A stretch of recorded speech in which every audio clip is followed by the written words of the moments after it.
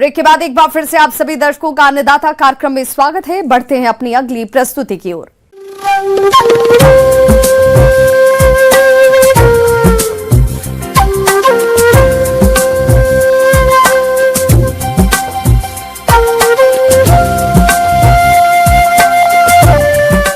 मौसम के अनुसार प्रबंधनों पर ही टिकी है आपकी खेतीबाड़ी और इसलिए मौसम पूर्वानुमान और उस पर आधारित साप्ताहिक कृषि सलाह इस प्रकार है।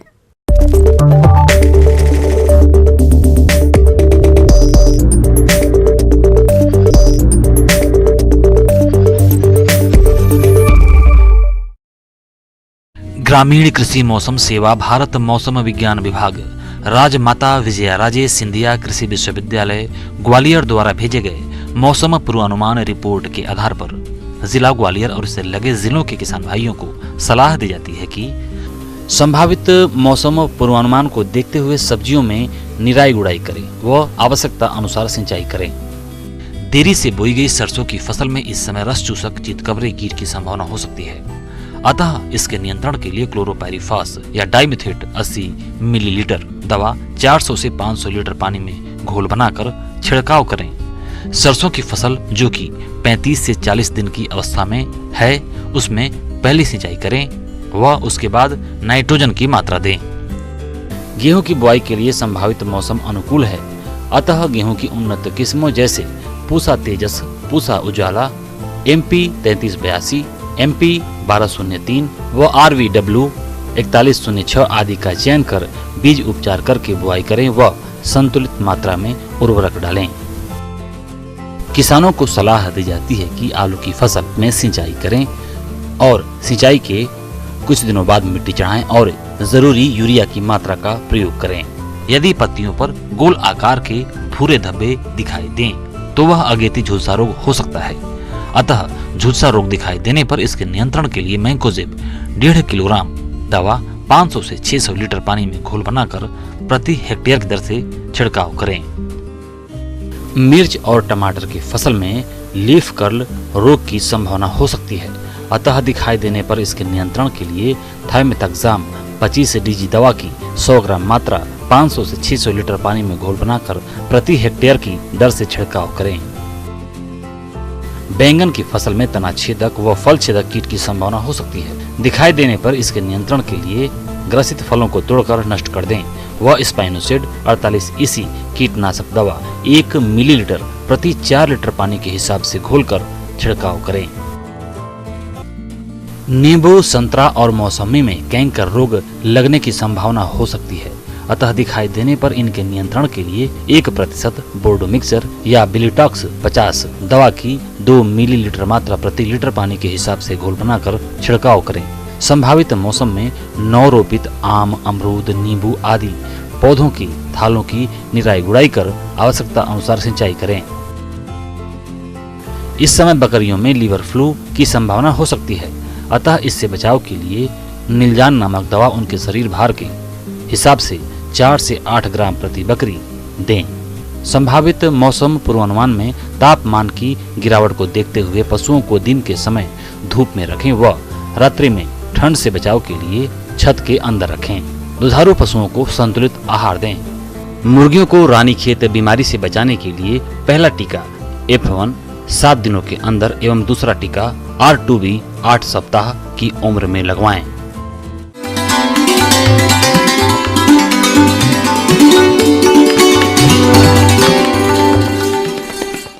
अन्नदाता हेल्पलाइन निःशुल्क फोन संपर्क सेवा के माध्यम से आपके द्वारा पूछे गए प्रश्नों में से 1 या 2 महत्वपूर्ण प्रश्न को हम अपने कार्यक्रम में शामिल करते हैं और इसी के तहत आज किसान का सवाल और उनका जवाब इस प्रकार से है।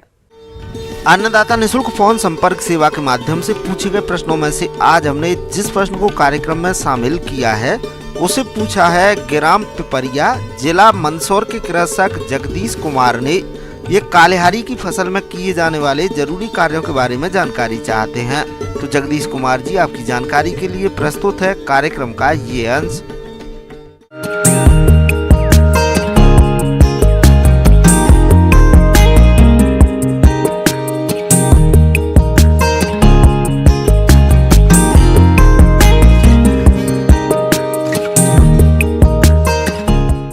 और आज मैं आपको किसान भाइयों को काली हारी के बारे में, जिसे विशाल उंगली भी कहा जाता है, क्योंकि उसके फूल हमारे उंगली के जैसे होते हैं, इसलिए इसको विशाल उंगली भी कहा जाता है। पौधा है, चूँकि इसके राइजोम का उपयोग हम लोग करते हैं, इसलिए उत्पादन के समय इसके पूरे पौधे को हम लोग को निकालना पड़ता है, ताकि इसका हम लोग राइजोम निकाल सके या उसे सुखाकर बाज़ार में हम लोग बिक्री कर सके। और ये जहाँ तक मेरी जानकारी की बात है कि इसका उपयोग कैंसर, अस्थमा, घाव या किडनी या पाचन से संबंधित जो भी बीमारियां हैं, इसका राइजोम का उपयोग भिन्न भिन्न प्रकार के दवाओं में किया जाता है।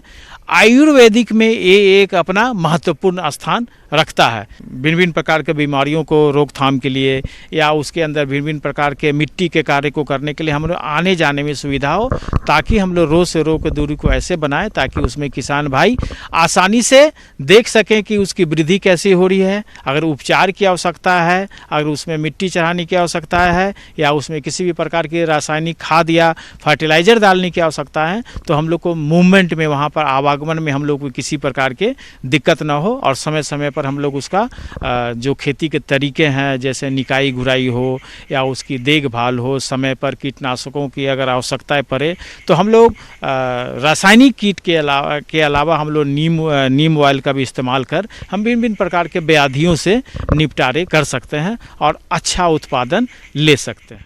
फसल को खरपतवार रहित करने के लिए खुरपी की सहायता से निराई गुड़ाई 20 से 25 दिनों के अंतराल पर करें, जिससे खेत में खरपतवारों का प्रकोप कम से कम हो और फसल की बढ़वार अच्छी हो सके। जहाँ तक मैंने पहले भी हर लोगों को, खासकर किसान भाइयों को जैसे बताया है कि बहुत ही कम पौधे ऐसे हैं जो जल जमाव में उनका उत्पादन अच्छा होता है, जिसका सबसे बड़ा उदाहरण है धान।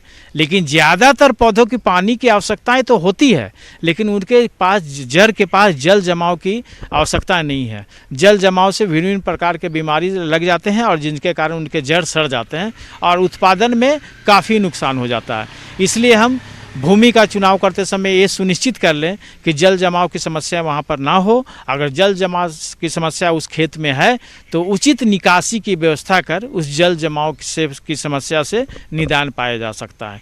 सिंचाई की जहाँ तक बात है तो इसे हमें सालों भर किसी भी समय लगा सकते हैं, लेकिन अगर हम पहली बार खेती में इसका लगान कर रहे हैं तो अगर हम लोग बरसात के दिनों में या बरसात के बाद जाड़े के समय में इसका अगर हम लोग लगाते हैं तो लगाने के तुरंत बाद हमको प्रथम सिंचाई की आवश्यकता ही पड़ती है। पत्ती का झुलसा रोग यह एक पैथोजेनिक बीमारी है जो पत्तों को भूरा और क्लोरोसिस कर देती है और सारे पौधे नष्ट होने लगते हैं। इसकी रोकथाम के लिए मैंकोजेब 2 ग्राम प्रति लीटर पानी के हिसाब से घोल बनाकर छिड़काव करें।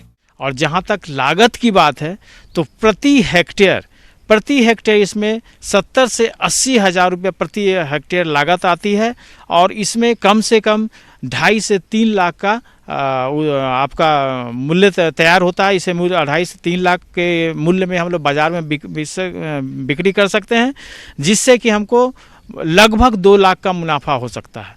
और ये जो पौधा है, चूँकि इसके राइजोम का उपयोग हम लोग करते हैं, इसलिए उत्पादन के समय इसके पूरे पौधे को हम लोग को निकालना पड़ता है ताकि इसका हम लोग राइजोम निकाल सके या उसे सुखाकर बाज़ार में हम लोग बिक्री कर सके। इसकी कटाई बिजाई के 170 से 180 दिनों के बाद शुरू की जाती है। जब इसके फल हल्के हरे रंग के गहरे रंग के हो जाते हैं तब इनकी तुड़ाई की जाती है। गांठों की कटाई 5 से 6 साल के बाद की जाती है। बीजों की प्राप्ति के लिए पके हुए फूल लिए जाते हैं और नए उत्पाद तैयार करने के लिए मिट्टी के नीचे गांठों को निकाल लेते हैं।